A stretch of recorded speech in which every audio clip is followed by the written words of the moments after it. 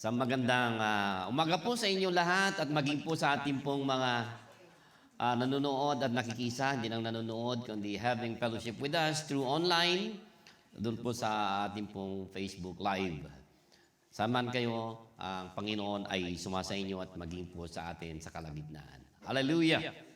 Praise God! We are the third Sunday of the month, February 18. 18. Makadalawang buwan na po tayo. It's still in the month of love, so I will continue the topic about love. February 14, natapos na. But we celebrate, mas maaga pa, kasi sabik na sabik po tayong mag-celebrate. But of course, celebrate natin araw-araw. Hindi lamang po in the month of February ang pagkakataon na ito. But let's celebrate the goodness of God because God is love every day. Amen? Praise God. Whatever you are or whoever you are, kung saan po kayo mga kapatid, anong pinagdadaanan po na ninyo, masaya man, malungkot man, nag-iisa, may kasama, maraming kasama, maraming pong mga pinagkaabalahan. Ang buhay po is full of people who rob us the wrong way sometimes.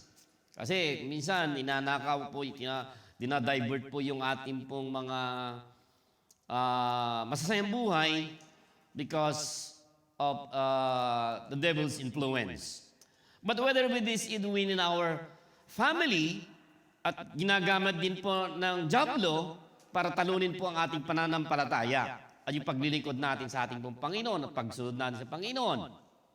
Sometimes He uses people whom you loved us, your family, at kung hindi sa pamilya, in the workplace.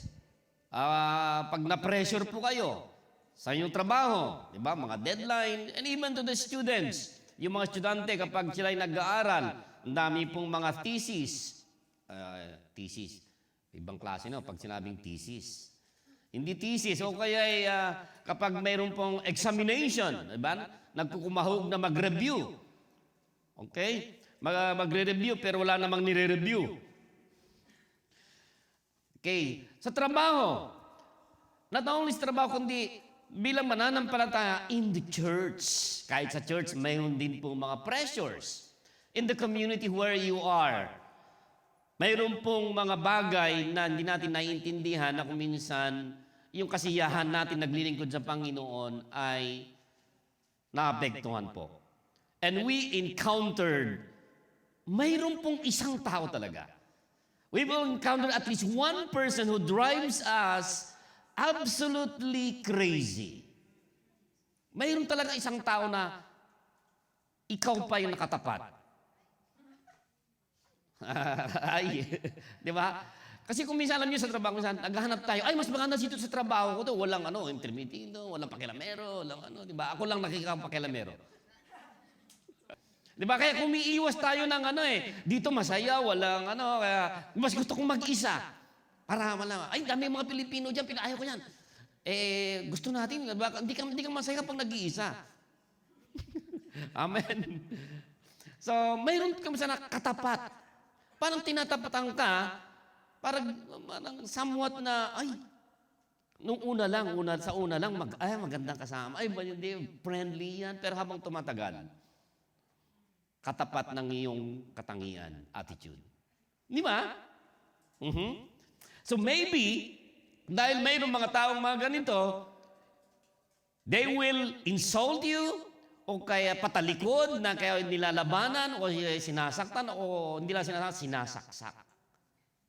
Backbiting, and tell bad news, bad jokes, or they will invade your personal space.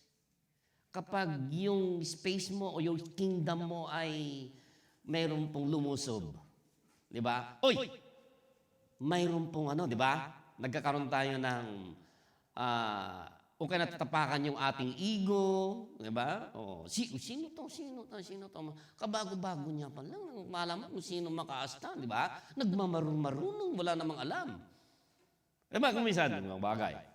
So, Dahil na-invade yung personal space natin, and whatever they're annoying, tapos nakakairita pa. At mayroon po mga hurtful habits na makikita mo na yung ayaw na ayaw mo. Pero meron pala sa'yo. Kasi hindi natin nakikita natin sa iba, pero yun ang nakikita naman sa'yo. Parang tinapatan ka, no? Yun na. Yun na. So, our spirit will be dampened or parang manlalamig, bilang mananampalataya. Siyempre, manlalamig ka na or may naapektuhan ka because of the presence of that person in you. So, nagkakaroon ka ngayon ng, dahil nandyan siya, nagkakaroon ka ngayon ng insecurity. Lugar ko to, kingdom ko to.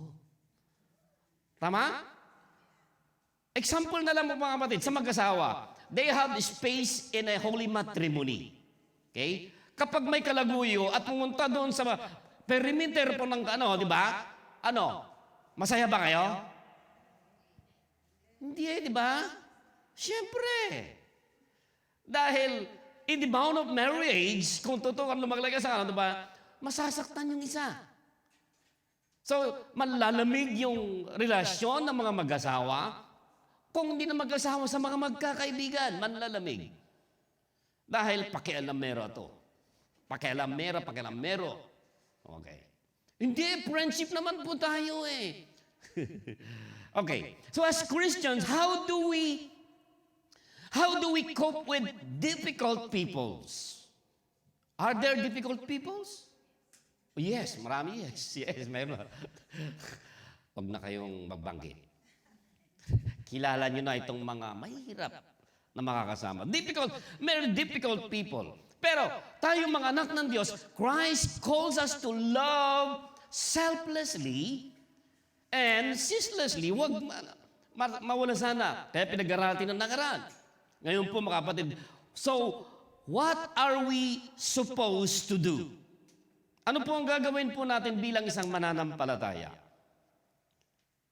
To force a smile na pipilitang ngumisi or ngising aso? Or to make a fake love? Or while inside, doon sa kalooban natin ay mayroon pong someone that is crying and wanting to, alis na lang ako. Kaya kung minsan yung mga biglang nagdedesisyon na trabaho, di ba? Alis na lang ako to. Ay mag-isip-isip ka muna. Maghuros dili ka, ang ganda ng kalagayan mo. Tapos pupunta ka ng iba, yung pala, mas ba? Nasanay ka na dyan leader ka na dyan, magiging satyo ka na nga Kunting-kunti na nga lang Di ba? Kunting-kunti na lang. Nandun na yung pagpapala. So what are we just supposed to do? How can we possibly be genuine with all these things, with all these negative emotions na nanggigigil ka na at beneath of your emotions? How could we cope up with these difficult people? In the workplace, in the family, okay? Mayroon kayong anak na minsan hindi nyo mahirap kahit ano dahil anak nyo siya, mahal nyo siya, di ba? Minsan yung pangkatapat niya. Amen? Okay. So, how could we cope up with the difficult people? Nandiyan ba kayo? Okay. So, ito ngayon po ang sabi ng Apostol Pablo. Pamagat. Let love be genuine. If we encounter difficult people in the church, in the community, in the workplace, in your family, let love be genuine. Verse 9, sabi po dyan, Romans 12 verse 9, let love be genuine, abhor what is evil, hold fast what is good. Tayo po ay manalangin naman namin, Diyos, pinagkakatiwala namin po, Panginoon, ang pag-aaral namin sa umagang ito. Mangusap kayo po, Panginoon. Transform us by the renewing of your word. Cleanse all filthy minds in our heart that is stored. Change us in the mighty name of Jesus. Let the transforming power of the Holy Spirit ay mangusap sa bawat isa, maging po sa aming mga kapatid na nanonood, at marinig ang pagpapalang ito. In the name of Jesus. Amen, amen, amen, amen. Okay. Let us see po mga kapatid. Keep in mind, na sa Apostol Pablo ay sumulat mainly to the Gentiles because Romans, sa mga taga-Roma. Okay? That is, non-Jews, yung mga hindi Hudyo, doon po sa Rome. At ipinapaliwanag niya how his ministry of writing this letter para matulungan ang mga mananampalataya doon sa Rome para ma-accomplish niya yung kanyang layunin ng mga hentil. Ang mga hentil ay hindi lamang po nabubuhay dito sa mundo, kundi mayroon pong Diyos na nagmamahal sa kanila. Okay? So, He writes to us ngayon po, ang salita ng Diyos, hindi lang para sa kanila, kundi para sa atin din, na mayroon tayong pagbubulay-bulay ngayon. At nire-remind ito ngayon ng Apostol Pablo, things that we already know, and with the aim na layunin nito para i-transform tayo. In our hearts, in our minds, para makita natin yung layunin ng Panginoon, na hindi layunin mo, kundi layunin ng Panginoon. Accept the will of God, and that is all happened by the power of the Holy Spirit. Because no one can change a person. It's only the power of the Holy Spirit. Amen? Let love be genuine. Our focus dito po sa verse 9, sabi po dyan, let love be genuine. Isang ibang salin, lalo sa NIV, nakalagay doon is, let love without hypocrisy. Hypocrisy. Verse 4 to 8, makikita po natin sa verse 4 to 8, kung babasahin natin po sa verse 4 to 8, for just as each one of us, one body with many members. So itong iglesia, many body but many members, just like po yung katawan po natin, okay? Merong kamay, merong mata, okay? Lahat, paano naging katawan nitong katawan natin? Kasi marami pong mga parte ng katawan po natin. At these members do not have the same function. Sabi niya ito, so in Christ, though many form one body, and each member belongs to all others, we have different gifts. So sa iglesia, mayroon pong kanya-kanyang mga kaloob. Itong verse 4 to 8, ginamit ito for our spiritual gifts sa church. So now, sa Apostol Pablo, turns from the focus on gifts, yung kaloob, yung talento, yung mayroon ka, yung mayroon po tayo. Okay? In a general way of love in the church. That is what he did. Itong ginawa niya doon po sa 1 Corinthians chapter 12, verse 12 hanggang 13, yung definition of love. Kung marirecall niyo po, lahat nandun na spiritual gifts, but mayroon pong isa doon na sinasabi na kung walang pag-ibig, useless. Okay? Lalo sa verse 31, 1 Corinthians 12:31. Sabi nga dito, but earnestly desire the higher gifts. I will show you a still more excellent way. Sabi nga niya, naririnig, if I speak in the tongues of men, if I speak to angels, but have not love, kundi naman walang pagmamahal, anong sabi doon? Parang, di ba? A noisy, sabi nga natin, di ba? Walang ano, pag tumutugtog ako na wala sa tono, wala, tatawan lang ako ni Seya. Kalembang, na malingaw-ngaw. Okay? So, sa Apostol Pablo ngayon, moves from spiritual gifts to the more general and more an excellent way tungkol sa pag-ibig. He does that dito po sa 1 Corinthians. Okay? At dito po, sa Apostol Pablo, nilatahala niya na hindi lamang po tayo okay, gawa. Para pinapakita na ganito, religyoso, pero wala namang pag-ibig. So, kailangan may pag-ibig lahat ang ginagawa natin. And in faith. Okay?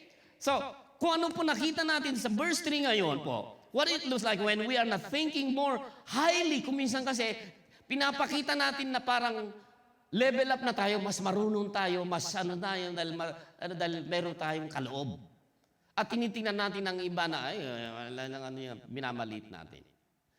So remember sa Apostol Pablo, sinabi niya dito sa verse 8, bago na verse 9, contributing should be sa verse 8, ito na, if your gift is prophecy, then prophesy in accordance with your faith. If you serve, kapag maglingkod, kapag magturo. Okay? Maraming nagtuturo. Okay? If it is encourage, edi mag-encourage ka. Diba? If it is giving, then give generously. If it is lead, it should cheerfully. Hanggang 8, lalo sa verse 8. Okay? Sa verse 8. Okay? Lahat po na sinabi na Apostol Pablo dito ngayon, generalize na ito mga kapatid, na kung wala namang pag-ibig, useless. Now, sa verse 9. Punta tayo sa verse 9 ngayon. Balik tayo sa verse 9. Anong sinabi po dyan ng Apostol Pablo? Let love be genuine, abhor what is evil, hold fast to what is good. Without hypocrisy. Of all the things na sinabi niya dito, di ba? Let be great, earnestful, joyful, constant, but sinabi niya sa verse 9, because love must act. Let love be without hypocrisy. And I think, dito sa verse 3 na pag inaral po natin, dahil may logic sa Apostol Pablo dito, naglasnyahis niyang iparating. Okay? Dahil sa verse 3, come to think po mga kapatid, kung iniisip niya na matalino na kayo, maalam na kayo, malami na kayong alam na versikulo, kapitulo, versikulo, pero pag hindi naman niya sinasagawa without love, useless. Useless, sabi nga niya dito. And to think in our minds and our hearts, looking away to Christ, wala tayong kapayapaan at walang satisfaction. Hindi ka rin masasatisfy. Kaya titingnan natin dito mga kapatid kung saan po tayo. So what is, sa verse 3 na dito dapat self-forget, kalimutan natin yung sarili natin kapag tayo maglilingkod sa Panginoon. And that is the exact opposite of hypocrisy. Why? Because, ito na po mga kapatid, hypocrite is totally concerned about myself. Self-centeredness. How will I appear? Is my driving question. How can I create a good impression of me? Kasi gusto kong ma-impress. That is my consuming desire. Hypocrisy. Ay, sawang-sawa na ako sa hypocrisy. Pagkukunwari. O kaya'y pagmamaskara. Di ba yung mga artista, they are the great pretender. Di ba? Kung umakto, madrama, at minsan naapektuhan po tayo sa kanilang mga kadramahan. Para ma-invade lang natin yung gusto nating i-invade. Okay. Ito nangyayari talaga sa buhay po natin, di ba? Kaya nagdadrama tayo Pero hindi natin madramahan ang Panginoon. Kahit anong maskara po natin, kahit anong pag-pretend po natin. Ang Panginoon nakakalam yung tunay na kalagayan po natin. Amen? Balik po tayo sa ating So, sa Apostol Pablo ngayon, by the mercy sa verse 8, verse 3, by the mercy of God in Christ, He is working to transform our minds that are not conformed into His image. So kailangan niya, dahil kuminsan, nadadala po tayo sa mga problema, sa pressure sa buhay, kaya kuminsan nagmamaskara din tayo. We put mask. Hindi mask na ito mask. Maskara na talagang hindi makikita. Okay? Nagpukunwari. And that means, and foremost mga kapatid, na hindi natin makikita ngayon yung tunay na layunin ng Panginoong Jesucristo. So, there is a lifestyle that shows the worth of Christ's exaltation over the worth of self exaltation. Kasi gusto nating, yun ang consuming desire natin eh. How I want to impress. Di ba kung minsan, sa tulang, kapag minsan nananamit na tayo dahil, aligaga, kundi parang conscious na tayo. Ay, komportable. Di ba kung minsan nakabihis na nga tayo tumingin ka sa salamin, ay hindi pwede. May mata, di ba? Yung mga iba nagsalamin, basta na lumabas, tapos nakita, uy, ba't kanya ng medyas mo green? Ay, ganun ba? Balik ka kagad, bihis na naman. Di ba, nakailang palit kayo bago kayo dumating dito? 2, 3. Di ba? Tapos pagkita ko, ay, wala akong damit. 1, 2, 3, 4, 5. Ang dami ka naman palang damit, magpipilihan. Hanggang sa sapatosan, nakailang palit kayo ng sapatos. Bahala na kayo. Balik po tayo sa ating pinag-usapan. Now, he is calling sa Apostle Paul, he is calling for it in generally that without love in faith, useless po ang ating paglilingkod. So, let love be genuine. In other words, let love be without hypocrisy. But why people do it? Bakit ginagawa pa rin ito? Bakit ginagawa? Hindi ba natatanong yun? And what love would look like without it? Kapag wala itong maskara ito, walang pagkukunwari, walang hipokrita. Kaya kung minsan, kapag tayo nape-pressure, hipokrito. Minsan sa likuran ng mga tao, alam mo yung tao nga, hipokrita. Pero hindi mo masabi sa alam mo hipokrita ka.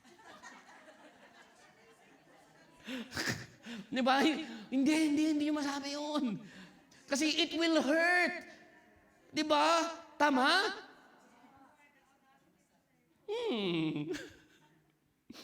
Two manifestation of hypocrisy.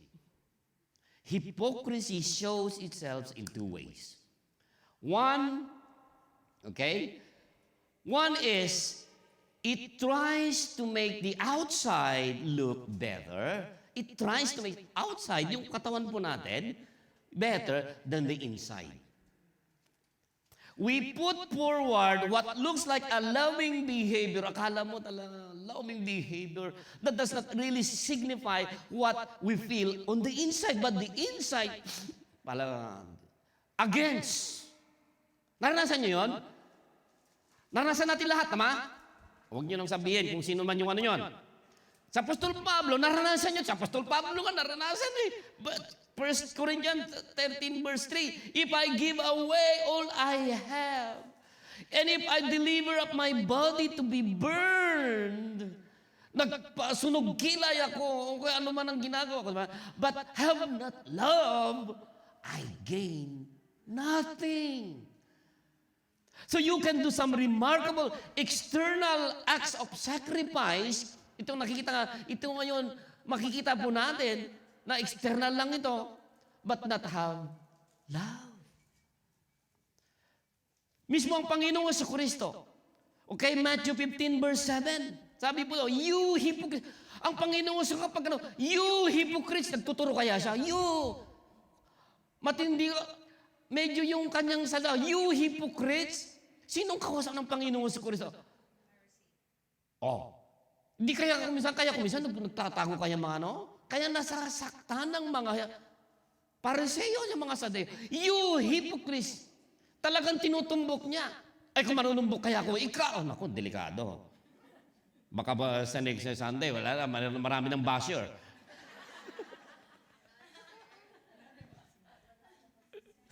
Sabi ng Panginoon, you hypocrites. Well, did Isaiah, pero nanggaling salita ng Diyos.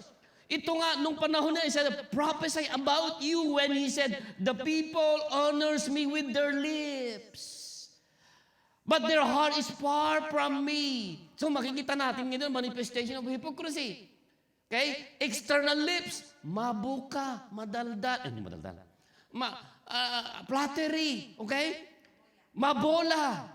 External lips was not accompanied by the internal hearts of praise. So Jesus called it hypocrisy. Tinumbok niya, lalo-lalo sa mga Saduseo. Sino pa? Pariseo. Walang Pariseo ngayon dito, wala.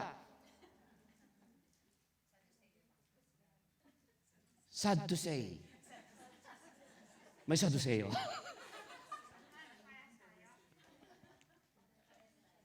So few things brought down his wrath like hypocrisy. For example, again, Matthew 23, verse 25 and 27. Sabi na naman dito, pakasumpahin kayo. Sabi niya, you skribo, mga skriba, mga pariseo, hypocrites. Again, tahas ang sinabi ng Panginoon sa Kristo.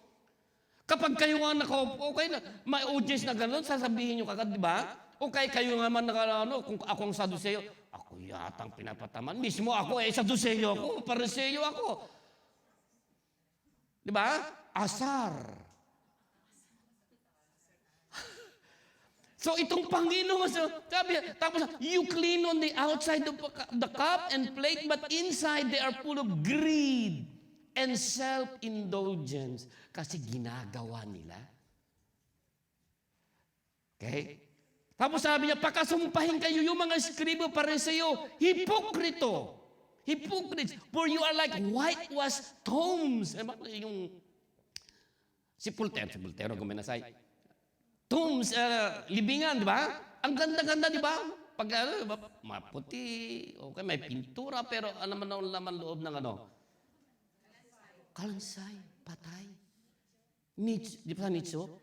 Which outwardly appear na magandang tingnan, but within, sa loob nito ay kalansay, full of bones and all darkness. Di ba, pinaggagastusan nga natin yung mga mahal sa buhay natin, na marmol. Di ba? Di ba, ako nakapalibot, yung marmol, yung di ba? Yung mga ibang mausoleum, parang bahay na nga eh. Binabahayan na, di ba, mayroong mga pag nagbabantay, mayroong pang security, parang nanakawin yung katawan. Ang ganda, di ba? Yung mga iba, tinutulugan na nga eh. But ano yung nasa loob? Patay. Walang buhay. So, dito ang Panginoong Kristo, mismo ang Panginoong Kristo, you hypocrites. Kung kayo nga naman ang Saduseo, Pariseo, pinapersecute na kayo ng Panginoon. Tama ba? Ganon? Hindi naman persecution. So the first way that the hypocrisy shows itself is when we hide internal sin by putting up a moral or a good, para mabubuting gawa na tinatakpan natin, parang yung mga scars ay tinatakpan natin, di ba? Excuse me po. Di ba? Foundation. Di ba yung mga artista para ang gandang tingnan, kailangan matakpan yung mga di ba? Tama? Oh, ayan na.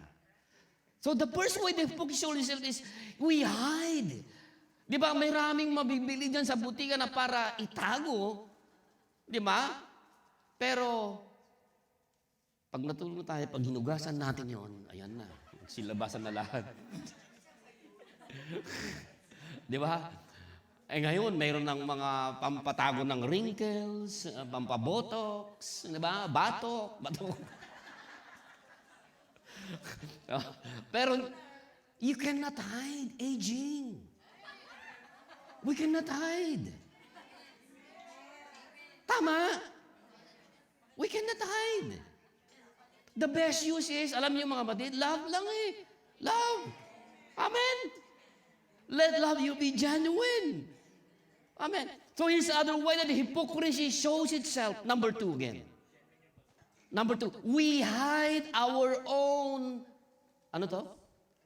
flaws. Di ba kung minsan mayroon tayong mga gusto nating itaw, we conceal. Sometimes even from ourselves, by drawing attention to other people's flaws. Para hindi tayo ma-divert natin na siyang mali. Tinutulak natin na i-front, pero tandang ka sa likod, ikaw pala yung gantong gawin mo, ganun. To show up. Di ba? Nag-show up. Kasi yun ang hypocrisy, to show. Because we want to impress. This is found most exactly, frequently, lalo sa mga mag-asawa. Wag natin pag-usapan, maraming ano dyan. Tingnan lang po tayo dito sa example na Lucas chapter 6 verse 42. Balik na naman po tayo. Dito. Mismo. Ang Panginoon says, how can you say to your brother, let me take out this speck, okay? Let me take out, ano ba yung puwing in your eyes? When you yourself do not see the log. Pag sinabing log, troso, malaki ba ang troso? The log in your own eye. Again, sinabi naman ng Panginoon sa you hypocrite. First take the log out of your own eye, and then you will see clearly to take out the speck that is in your brother's eye. Ano, mayroon kayong sabi ko kanina, mayroon tayong minsan nakatapat eh. Kasi nga, ibibigyan ng Panginoon para makilala natin, to be transformed na kinakausap tayo ng Panginoon. Although sometimes hindi sila nakakilala, but take those, amen, as a positive, in a positive way. Kasi, ang Panginoon, binabago din tayo lahat. Mayroon tayong kakulangan, lahat tayo mayroong kakulangan. Amen?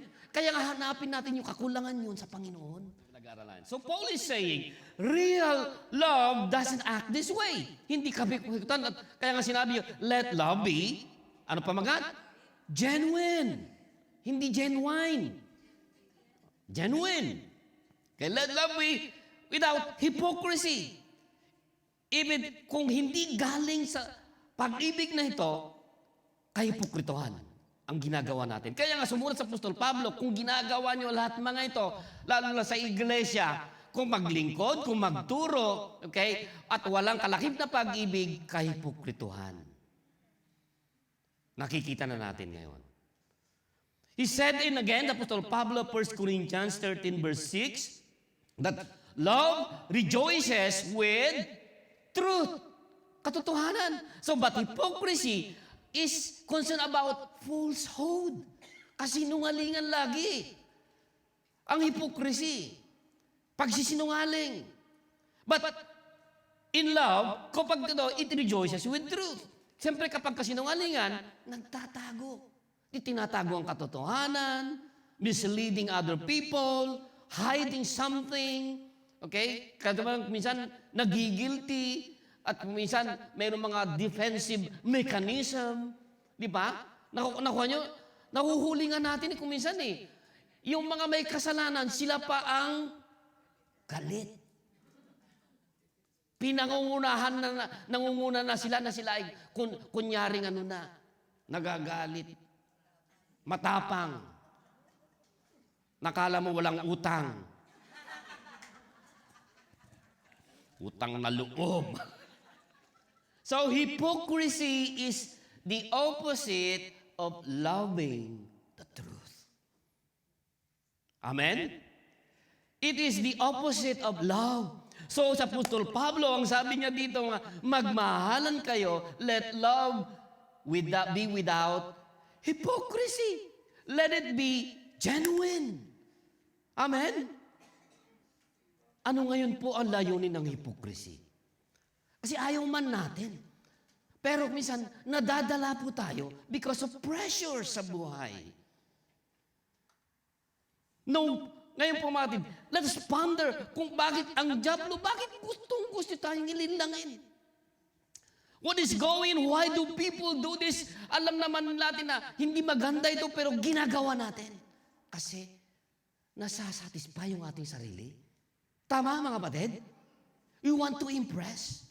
Ngayon ito mga kapatid, ang layunin ng hypocrisy is to aim to get, layunin ng hypocrisy, to get and keep the praise and approval of other people. Thumbs up.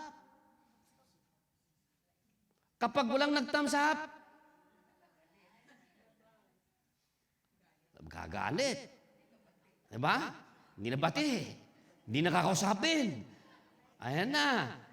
At marami nang alam niyo, pag in a silence, pag mayroong silence, di ba?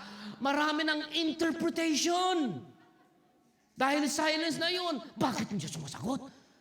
Di ba? Tamang hinala na.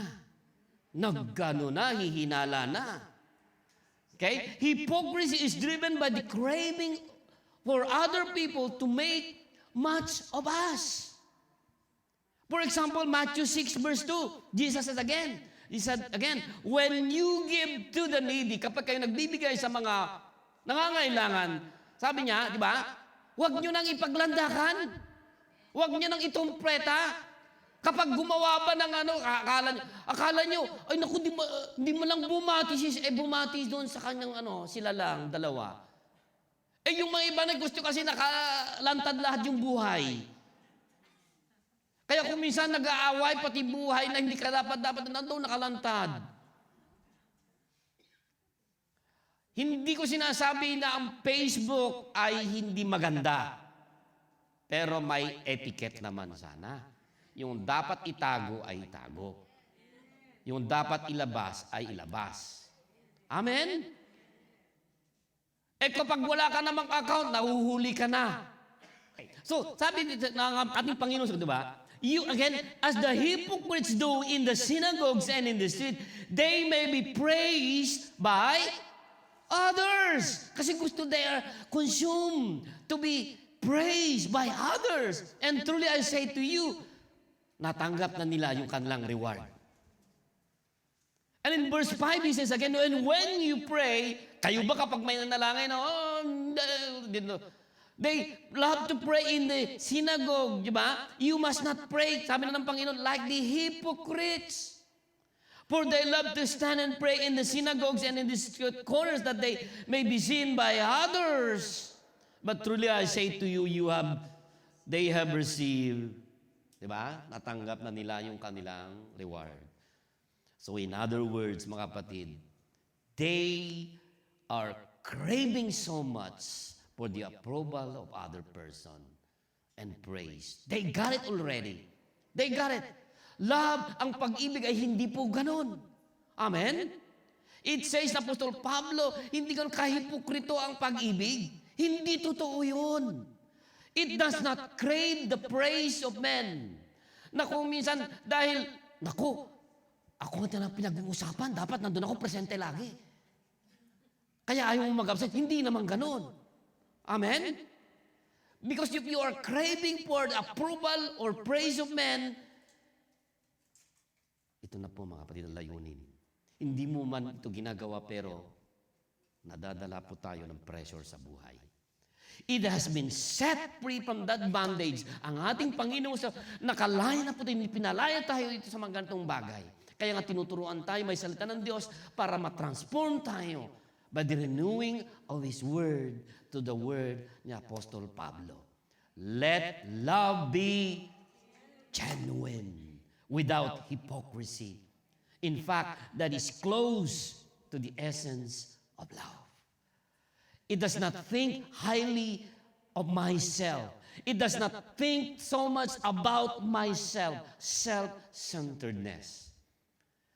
Ngayon po mga kapatid, it is riveted o it is nakaangkla ito in Christ. So that lahat ng aking gagawin ay para sa Panginoon. Mapupuri ang Panginoon. Malalhati ang Panginoon. To God be the glory. Palapakan natin ang Panginoon. Amen? Ang nakita natin, nabasa natin, napakasimple. The command to love without hypocrisy is a really, really command ng ating pong Panginoon si Kristo. Sinusugan lang po ng Apostol Pablo. And love for Christ, you can find your satisfaction in Christ alone. So that you do not crave the praise of men or others. Pagpalain ka ng Panginoon sa mga ito at ang pag-ibig niya ay mananatili sa bawat isa po sa atin. Tayo po ay tumayo. Hallelujah. Praise God. Purihin ka, O Panginoon, dakila ka, O Diyos.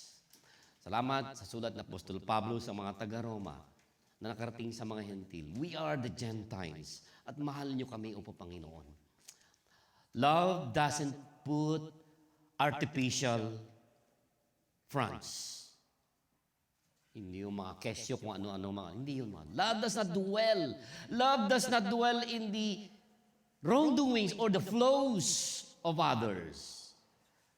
Na habang minumuni natin yung ating sarili po, mga kapatid, tayo po ay nasa presensya ng Panginoon. Let's reflect from ourselves and transformed by the renewing of the Word of God.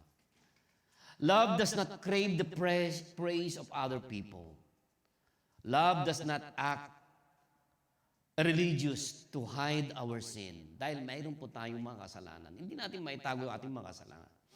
Ang pag-ibig, forget itself. The sacrifice, sinacrifice ng Panginoon Diyos ang kaysa sa niyang bugtunak na si Kristo. At manatili tayo kay Kristo Jesus na nagbibigay po ng totoong kagalakan. And in Him, matatagpuan natin ang ating pinamimithi. The most wonderful commodity, love. So let us look to Christ for everything we need. Lahat ng pangangailangan po natin. Binigyan na tayo ngayon ng Apostol Pablo kung how are we going to, na makikita po yung mga kahipokrituhan sa buhay po natin. Aming Diyos, kami ay lumalapit, nagpapalinis po, Panginoon. Ano man po ang kakulangan namin, bago ang lahat. Punuin niyo kami, po, Panginoon. Maaaring po, Panginoon, sa mga pagkukulang ng aming mga mahal sa buhay, kaya kung minsan nakikita namin yung kakulangan sa ibang tao. Naghahangad kami, po, Panginoon, for satisfaction. But only you can satisfy our hearts. More than things, more than financials, more than person or peoples. Kayo lamang po, Panginoon, ang makakasatisfy itong mga kakulangan namin po. Sa umagang ito, O Diyos, pag-ibig ang siyang mag-uumapaw sa bawat isa sa amin. We will continue to celebrate your goodness, your love, na ibinubuhos niyo po, Panginoon, sa bawat isa sa amin na hindi kayo nagpapabaya. Sa anumang pangangailangan namin. Attention man ito, Panginoon. Yes, 24 hours, 7 a days, attentive ka sa aming pangangailangan. Spiritually, morally, financially, nandyan ka, O Panginoon, who is supporting us. Thank you, Jesus. Thank you, Father God. Patuloy kami nagpapasakop sa inyo, po, Panginoon. Sumusunod po, Panginoon, sa Panginoon ng salita. At patuloy niyong baguhin ang aming kaisipan at aming puso upang kayo ay maluwalhati, may taas sa aming buhay. In the name of Jesus. Amen, amen, amen. God bless us, mga kapatid.